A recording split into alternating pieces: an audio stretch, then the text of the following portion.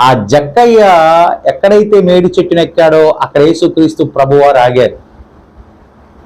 బేసిక్గా సమస్య ఎక్కడుంటుందో యేసుక్రీస్తు ప్రభువారు అక్కడే ఆగుతారు. ఆమేన్. యేసుక్రీస్తు ప్రభు వారికి ఎవరు చెప్పాల్సిన అవసరం లేదు. ఇక్కడ ఆగయ్యా, ఇక్కడ సమస్య ఉందా అని చెప్పాల్సిన అవసరం ఉందా? లేదు కదా పిల్లరా. వెళ్తా ఉన్నారు మార్గ మధ్యంలో, అక్కడ ఆగకపోతే యేసయ్యకి వచ్చినటువంటి నష్టం ఏమైనా ఉందా? అది కూడా లేదు.